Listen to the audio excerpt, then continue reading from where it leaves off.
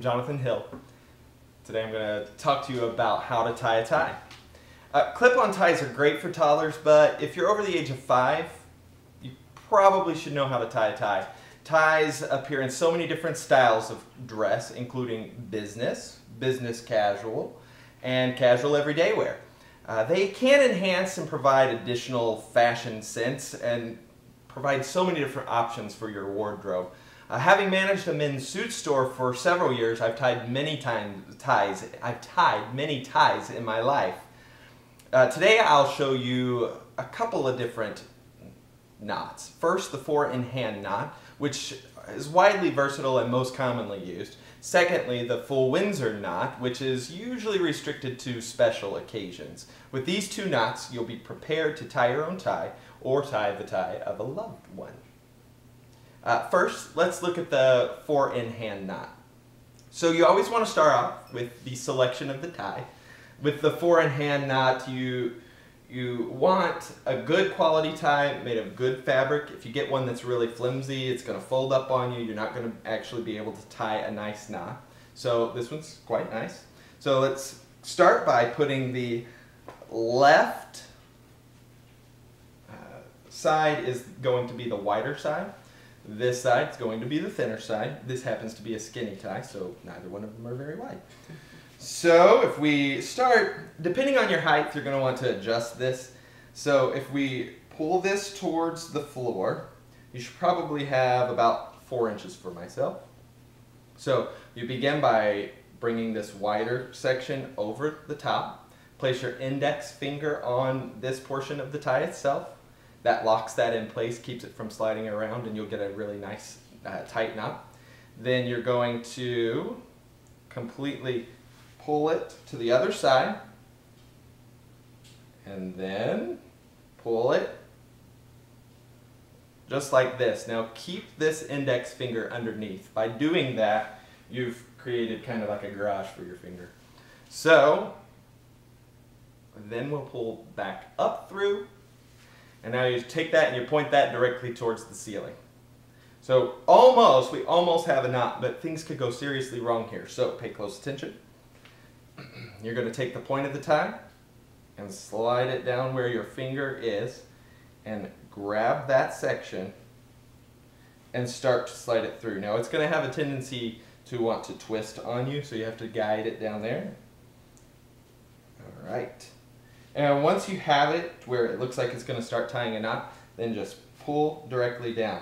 Now this is a really small knot. It's good for everyday wear. And then you just pull this back side on up to adjust. And check the length. The bottom of the tie should be right at the top of your belt buckle. I see so many times where people come in like this and it's just not right. So make sure that the length of the tie is right. You can tuck the back portion into this back side to keep it from dangling out. And that's how you tie a 4-in-hand knot. So, oh yeah, you probably should fold your collar down. Alright, so the next one, we'll look at a little bit fancier of a knot. It's called the Windsor knot.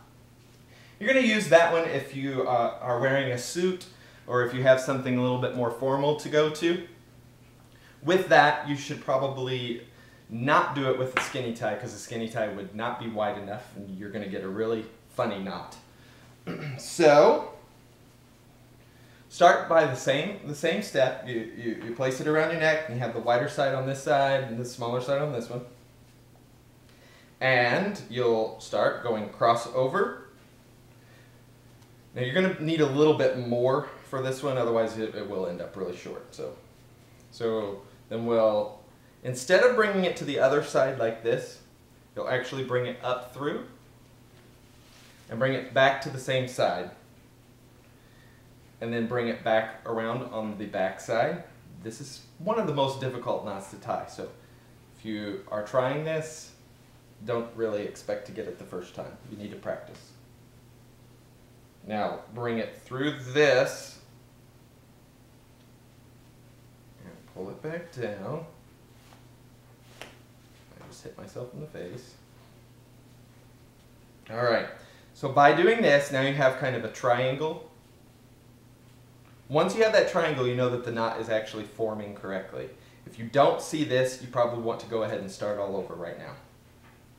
Okay, so now we take this portion of the tie and bring it all the way around the back side and around the front. So now you can see that that's already the knot is formed. So now we just need to secure it in place. So we're going to bring this back through, and we just need to tuck this in now.